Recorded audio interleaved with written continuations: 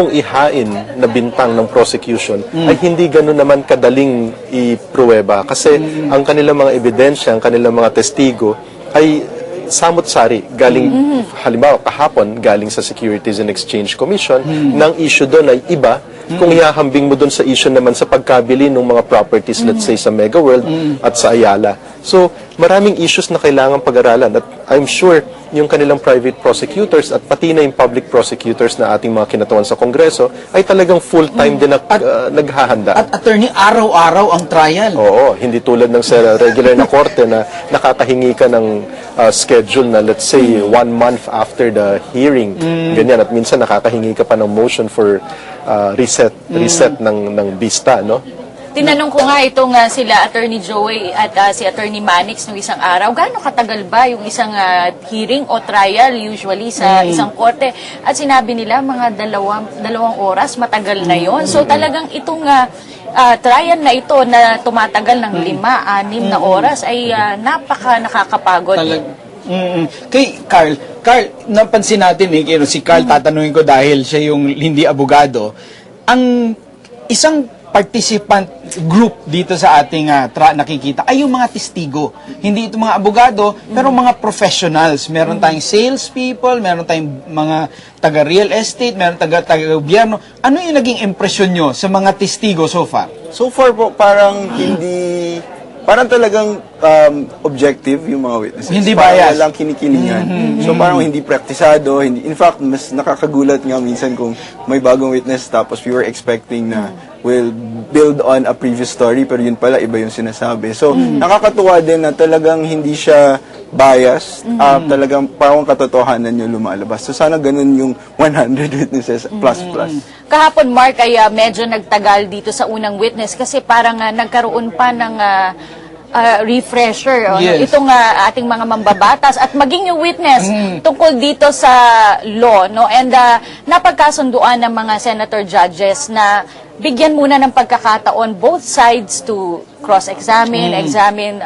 Sa tingin mo ba, bago sila magbigay ng kanilang clarificatory questions, ikaw, Carl, ano sa tingin mo, tama ba itong kanilang napagdesisyonan? Siguro po para din mapabilis yung daloy ng paglilitis kasi po ang dami nga pong witnesses. Para po yung mga tanong siguro na itatanong, yung talagang importante na kasi parang ngayon lumalabas kahit baka nga di pa sila magkakakilala eh. So baka mas maganda nga may ganong pag-uusap bago sila pumasok sa hearing. Attorney Joey, itong mga kababayan natin, marahil nagtatanong, kailangan pa ba yun? Kailangan pa bang itanong yun? Kailangan pa ba yung puntong yun? Ito po bang mga matters of evidence or building a case, ito po ba ay merong sikreto ang mga abogado na hindi kayang intindihin ng common sense? Ang lahat naman dito ay maaaring maintindihan. Kaya nga lang, siyempre, gaya ng mga abogado, 4 na taon na nag-aaral yan para pag-aralan lahat ng batas at ng mga reglamento. Ano? Ngayon, doon sa katanungan na kailangan bang gawin ito? Kasi kung ating tatandaan, binanggit ni Senate President Enrile at mukhang napagkasunduan naman ng Senate as impeachment body na susundin naman nila sa abot ng makakaya itong rules of court na nag-a-apply suppletorily or bilang karagdagang reglamente dun sa rules on impeachment. So ayon naman dun sa rules of court, meron talagang mga kailangan kang sundin dun kung meron kang gustong ihain na ebidensya. So yun ang pilit na sinusunod ng prosecution at pilit namang binabantayan din ng depensa. Ngayon, ang isang magandang kailangan nating tandaan dito ay ang mga senador kailangan silang maghusga at the end of this trial or sa dulo ng paglilitis na ito at may mga katanungan na talagang sila mismo ay kailangang malinawan. Halimbawa, yung issue ng kailan ba na isasalin talaga ang pag-aari sa isang bumili? Ito ba ay sa pagkuha ng certificate of title or sa pagkuha ng susi at karapatang pumasok doon sa lupa or sa condominium? So, ang mga senador, maski sila, hindi malinaw sa kaisipan nila. Ano ba talagang sinasabi ng batas? Kaya humingi sila ng memorandum mula sa defense at sa prosecution. Kasi at the end of the day, kailangan nating tandaan, ang mga senador ang kailangang maghusga at hindi nila alam ang kasagutan sa lahat ng tanong.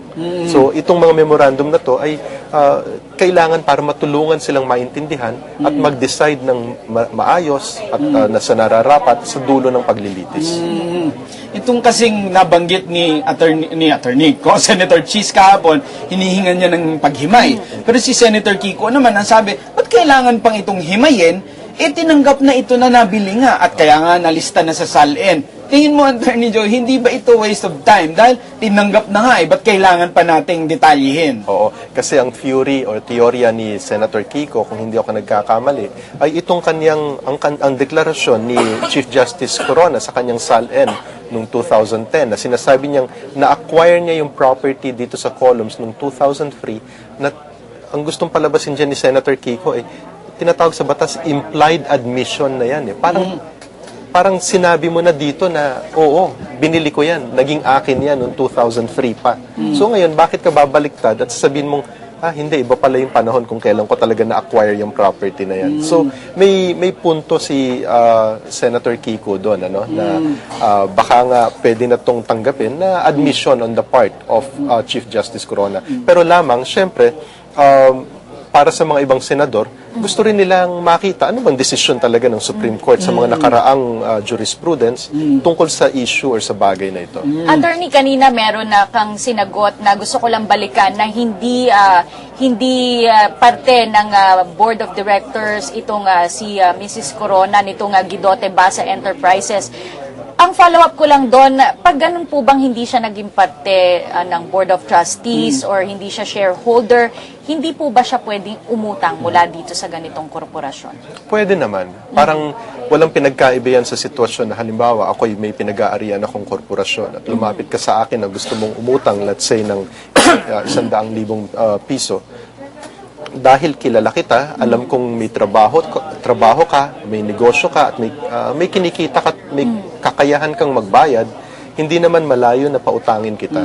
Dagdag ko lang, doon pa sa Cathy, Attorney Joey, may interest ba yun? Meaning, is this even good business for Guidote Basa? Yun nga yung magandang punto na sa aking pagkakatanda ay naitanong mo dito sa ating spokesperson for the prosecution kay Congressman Tanyada at kay Attorney Quitio kanina na parang maganda siguro makita yung pwedeng magtestigo o mga dokumento ng korporasyon. Kasi makita natin kung talagang meron bang loan agreement na tinatawag na nagpapautang kay Mrs. Corona. At makikita natin doon magkano, may interest ba, kailan bang bayaran. Pero mo kung 11 million, wala man lang, tas bankrupt na yun, siguro nagkukumahog na silang makahanap ng pera.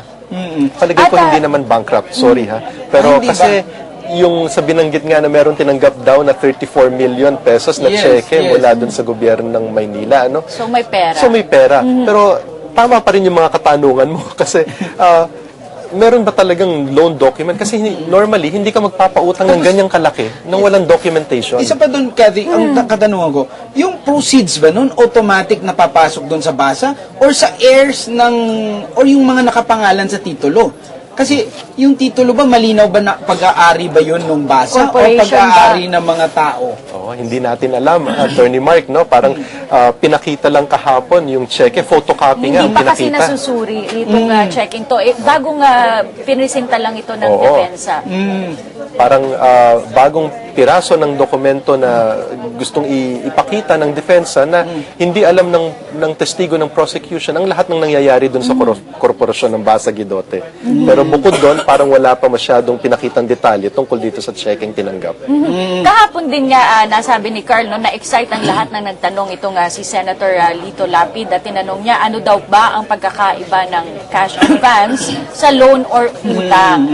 At I think iniisip niya ano ba ang pagkakadeklara dito sa 11 million na ito? Ito ba, attorney, base sa iyong pagkakasuri, idineklara ba ito bilang loan or cash advance? Well, ayon dito sa kanyang SALN, ang nakalagay dito is cash advance from Basa Guidote Enterprises. Okay. Normally, pag cash advance yan, normally, binibigyan ng isang tao ng cash advance pag inaasahan ng nagpapautang na ito namang umuutang ay may karapatan na may tanggaping pondo o pera mula dun sa nagpapautang sa mga darating na panahon. Halimbawa, kung may mga dividendo or may mga, let's say, supply contracts, let's say, itong umuutang na sigurado yung nagpapautang na papasok naman ng pera O, tsaka para doon sa ating mga kababayan, ano, doon sa common tao, alam nila yung konsepto ng cash advance dahil sila yung mga empleyado, i-advance nila at yun ay i-deduct sa kanilang magiging sweldo. Ang thinking ng marami ka, in fact, kung empleyado ka or may-ari ka, pwede ka mag-cash advance. Kumbaga, Pero kung bale, hindi di ba? ka empleyado, hindi ka may-ari, pwede ka bang mag-cash advance? Ang mas magandang tawag sana dito ay loan talaga. Kasi wala ka namang inaasahan mula doon sa talagang korporasyon na magpapautang. At kasama natin ngayon, Cathy, Senator Antonio Trillanes. Senator, magandang hapon po. Magandang hapon po. Magandang hapon. Senator, kahapon nakadalawang witness at maraming legal issues na yung kung kailan talaga nabili, kung pwede pa talaga magpautang. Ano sa tingin nyo ang critical sa nangyari kahapon? Actually, sinasabi ko nga kanina, itong mga additional information na to, ano na lang it's not necessary as far as I'm concerned. Dahil sa akin, yung unang mga evidence pa lang na present, yung biladyo, yung columns, lahat hindi nagtutugma dun sa SALN. Sabi ko nga, basic ito Pag rank and file government employee ka, tinuturo sa inyo kung paano. Ang unang kailangan nyo lagyan dyan yung acquisition cost. So wala po tayo nakita mga figure ko. Ano nasa deed of sale, wala po tayo nakita dito. So as far as I'm concerned, there is a deliberate effort to hide the true wealth. So ako, as far as I am concerned, being a judge in this case, nag-shift na yung burden of proof. I'm now going to wait for the defense. Paano lang ma-explain nyo kung ba't wala itong mga to? Senator Trillanes, kahapon po ay medyo nagtagal tayo dito sa unang witness dahil sa napakaraming clarificatory questions ng mga senator judges. Nagkaroon na po ng caucus. Ano po ang napag-usapan tungkol dito sa mga pagtatanong na ito? Kahapon, everybody was reminded during the caucus na yung self-restraint. Siguro, yesterday medyo na-excite lang.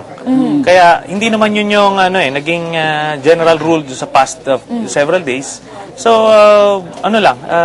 we'll see today kung may epekto yung reminders na yun. Senator, merong opinion ng mga abogado pero gusto kong antayin yung opinion ng isang senador. Para sa inyo po, yung sagot ng testigo sa tanong ng senador versus sa tanong ng abogado, parehong weight po ba yung inyong ibibigay when you decide the case? Hindi, ang sa akin either kung abogado or yung judge na nagtanong, sa akin yung impormasyon na inilabas based on those questions. Yun ang aking gagamitin. At 2029